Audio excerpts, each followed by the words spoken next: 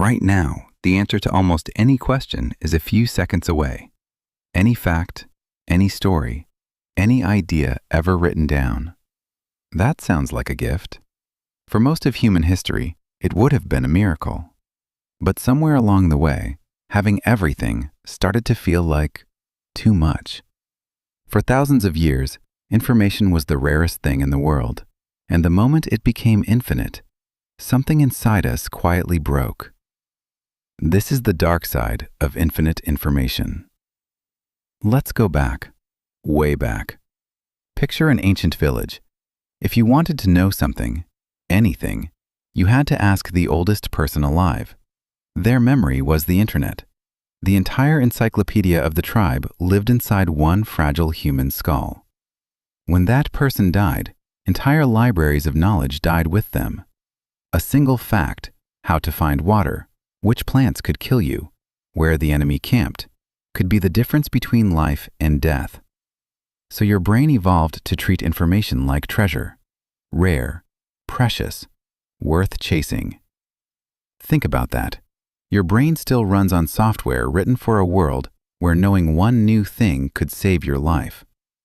For most of history, a messenger could walk for weeks just to deliver a single sentence. Kings paid fortunes for a scrap of news. A book could cost more than a house because every word was copied by hand. Knowledge wasn't free, it was sacred. And then, everything changed. In 1440, a man named Gutenberg built a machine that could copy words faster than any human hand, the printing press. Suddenly, ideas could multiply. But that was just the beginning of the flood. Then came newspapers, then radio, then television. Each one made information a little cheaper, a little faster, a little louder. And then, one ordinary day, we put a device in our pockets that could summon almost every fact humanity has ever recorded in less than a second. Think about how insane that is. You are walking around with more information than every library in the ancient world combined. Our ancestors would have called you a god. So we won, right? Infinite knowledge? The dream of every philosopher who ever lived. Except, something doesn't feel right. Because here's the problem. Your brain didn't get an upgrade. It's still the same hardware that treated information like treasure.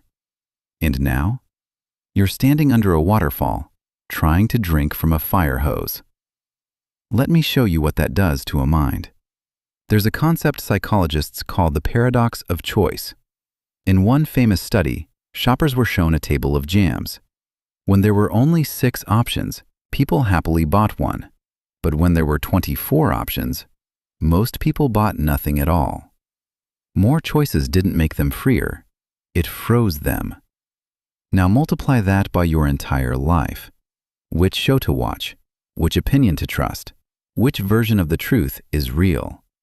Every single day, your brain faces thousands of jam tables, and quietly, it starts to short circuit. We even gave it a name: decision paralysis.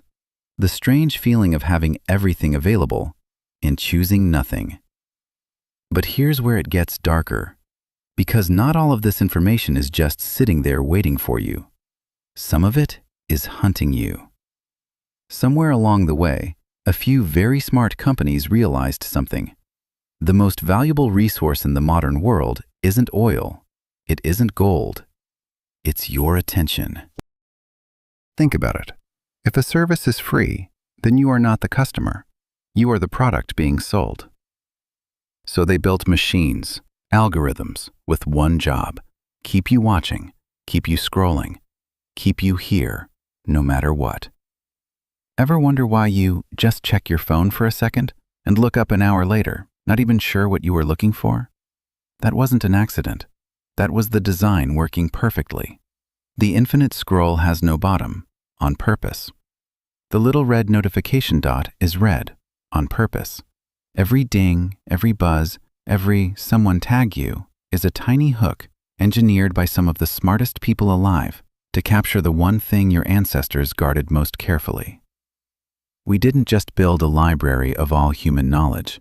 We built a casino on top of it. And the house always wins. But here's the strangest twist of all. You'd assume that with infinite information, we'd all become certain. We'd all agree on what's true. We'd be the wisest humans who ever lived. The opposite happened. More information made us less sure, not more. Because when everything is available, so is its opposite. For every fact, a counterfact. For every expert, an anti-expert. For every truth, 1,000 convincing lies, all dressed in the same clothes. The ancient villager only knew a little, but they were certain. You know almost everything, and you can barely trust any of it. We thought infinite information would be a light, showing us the way. Instead, it became a fog so thick that two people can look at the exact same world and see two completely different realities. And maybe that's the real dark side. Not that we know too little, but that we drown in too much and call it knowing. So, what do we do with all this? Maybe the answer isn't more information. Maybe, for the first time in human history, the rare and precious thing isn't knowledge at all. It's attention, focus, the quiet ability to choose what not to look at. Your ancestors fought to learn one more thing. You may have to fight just to ignore 10,000.